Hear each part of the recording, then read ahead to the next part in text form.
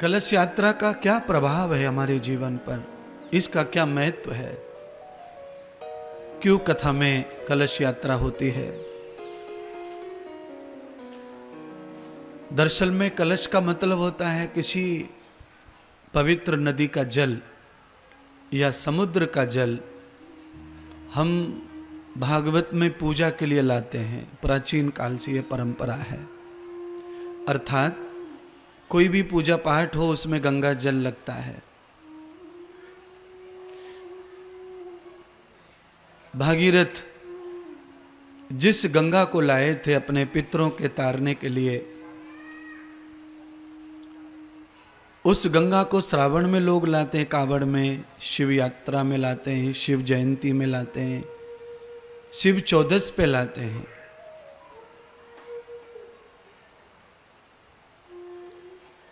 कलश यात्रा का इतना पुण्य होता है, जितना पुण्य हम हरिद्वार जाकर अपने कंधे पर गंगा जल लाकर अपने गांव में भोले बाबा पे चढ़ाते हैं, उससे जो पुण्य मिलता है वही भागवत की कलश यात्रा से भी उतना ही पुण्य प्राप्त होता है।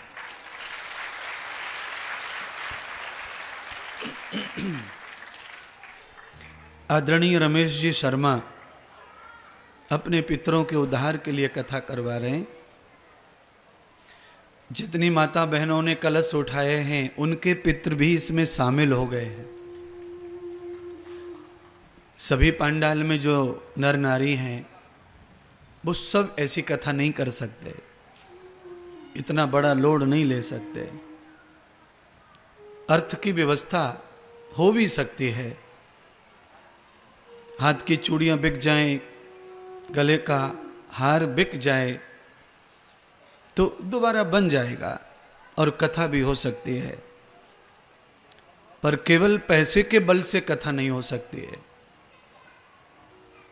पैसे के साथ साथ कथा के लिए हमारा पिछले जन्मों का प्रताप चाहिए, पुण्य चाहिए, और भगवान राधा कृष्ण की कृपा चाहिए, उनकी दया चाहिए, उनकी इच्छा चाहिए।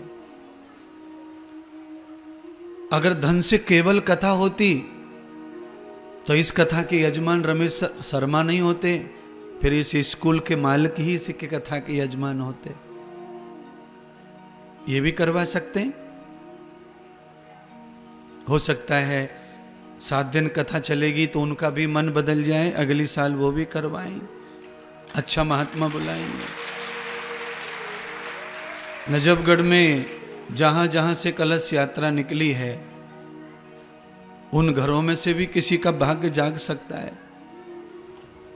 साक्षात में कथा का जो आनंद मिलेगा उस आनंद से प्रभावित होकर हम भी अपनी पूंजी को पवित्र कर सकते हैं, अपने भाग्य को उज्जवल कर सकते हैं, अपने जीवन का साफल्य कर सकते हैं, उद्देश्य को पूरा कर सकते हैं।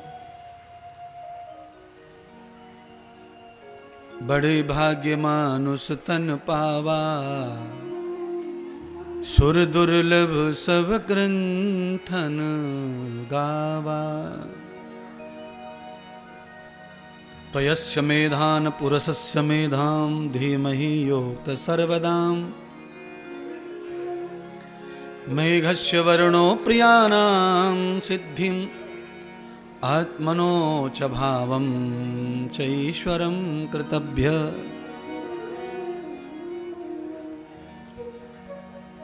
मनुष्य का जो जीवन है वो बहुत दुर्लभ है। देवताओं को जो प्राप्त नहीं है वो हमें प्राप्त है। देवताओं को क्या प्राप्त नहीं है? मानव का जीवन और भगवान की कथा, ये 2 चीज देवताओं को प्राप्त नहीं है। इंद्र स्वर्ग के सिंहासन पर राजगद्दी पर बैठे हैं पर उन्हें कथा प्राप्त नहीं है। हरि भजन नहीं कर सकते इंद्र।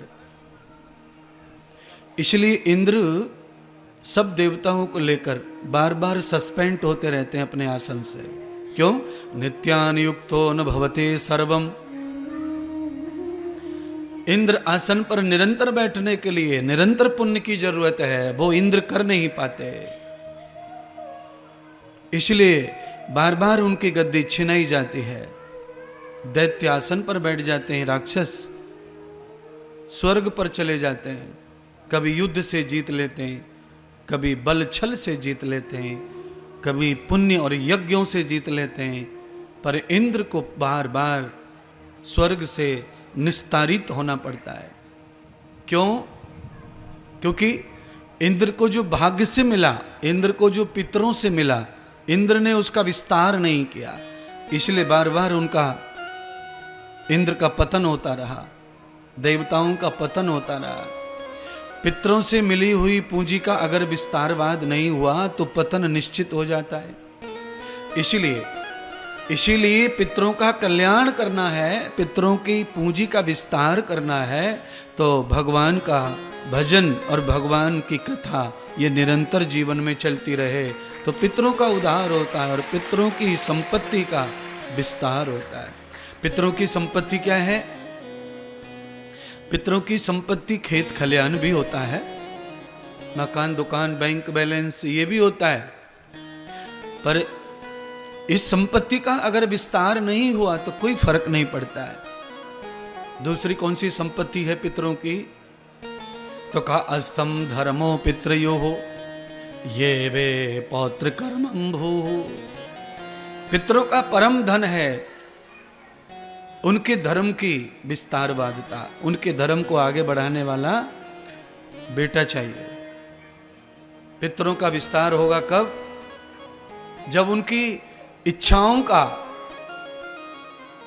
पूर्णतः पालन हो। मान लीजिए आपके पिताजी अचानक मर गए, उन्होंने एक मंदिर बनाना शुरू किया था और वो पूरा नहीं हुआ, उनकी डेथ हो गई। बच्चे तो यहां नहीं है, बच्चे कहीं दूर रहते हैं। अब वो मंदिर कौन बनाए?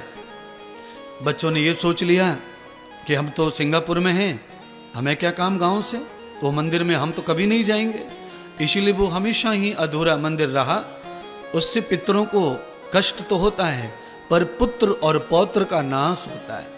इसलिए पितरों का उद्धार और पितरों का विस्तार करने के लिए वो मंदिर बनना जरूरी था जो अधूरा है। चाहे हम कभी पूजा करने ना आए पर वो अधूरा काम पूरा करने से पितरों का कल्याण होता है और पुत्रों का विस्तार होता है। हमारी जो संपत्ति है आगे बढ़ती जाती है। बच्चों के बच्चे, बच्चों के बच्चे, बच्चों के बच्चे होते चले जाते हैं। घर में फिर कोई बहू बांझ नहीं रहती है। इसको विस्तार कहते हैं। इस तरह का विस्तार जब हमारे परिवार में रुक जाए या रुक सकता है, ये डर हो, तो हमें अपने सूझ असूझ, जान अजान में, जाने या न जाने तो भी श्रीमद् भागवत कथा, यज्ञ, दान, भंडारा, गौ सेवा, गौ दान, गौ पूजा ये करते रहना है। हमें पता नहीं है कि हमारे पितरों का क्या हाल है, तो हमें पता लगाना भी नहीं है, क्योंकि पता मिलेगा भी नहीं। पितरों का मरने के 1 सेकंड बाद हम ये नहीं बता सकते कि मरने वाला कहाँ चला गया। कोई पंडित, कोई ज्योतिष, कोई ज्ञानी, कोई सैटेलाइट, कोई नहीं बता सकता 1 सेकंड बाद कहाँ गया मरने वाला। किसी को नहीं पता। तो इसलिए हमें खोज करने की जरूरत नहीं है कि हमारे पितरों का क्या हुआ क्या नहीं हुआ। केवल पितरों के निमित्त चाहे उनको स्वर्ग मिला, चाहे बैकुंठ मिला, चाहे भगवती का धाम मिला, चाहे वो कितने भी संपन्न लोक में हैं, चाहे वो स्वयं देवता बन गए हैं, तो भी उनके नाम का एक भागवत जरूर होना पूरी जिंदगी में। बच्चों के माध्यम से, पुत्र के माध्यम से, पुत्री के माध्यम से, प्रपौत्र के माध्यम से, 3 पीढ़ी में कोई भी कथा करे, पितरों के लिए भागवत कथा बहुत आवश्यक है, अवश्य करनी चाहिए। तम वेदम यथा न वैतरण युक्ताम फाल्गुनी यथा न सरितो वहितम ये वे देव दर्शनम। फाल्गुनी नदी पर श्राद्ध करना आवश्यक है और वैतरणी में गौदान करना आवश्यक है। जीवित या मृत दोनों तरीके से अपने माता पिता के नाम से गौदान अवश्य करें। गंगा, यमुना, सरस्वती, कावेरी, क्षिप्रा, नर्मदा, कृष्णा, गौतमी, गोमती, गोदावरी, इनमें से किसी भी नदी का पूजन करें पितरों के कल्याण हेतु। द्वैतम न वेदितो सर्वम।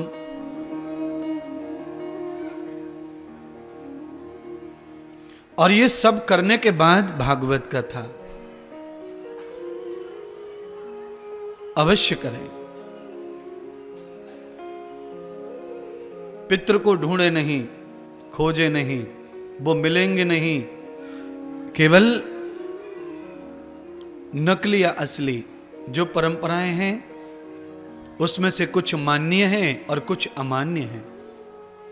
जो अमान्य हैं उन्हें कभी मत मानो और जो मानने योग्य हैं उन्हें कभी अमान्य मत करो, उन्हें अवश्य मानो, उन पर चलते रहो।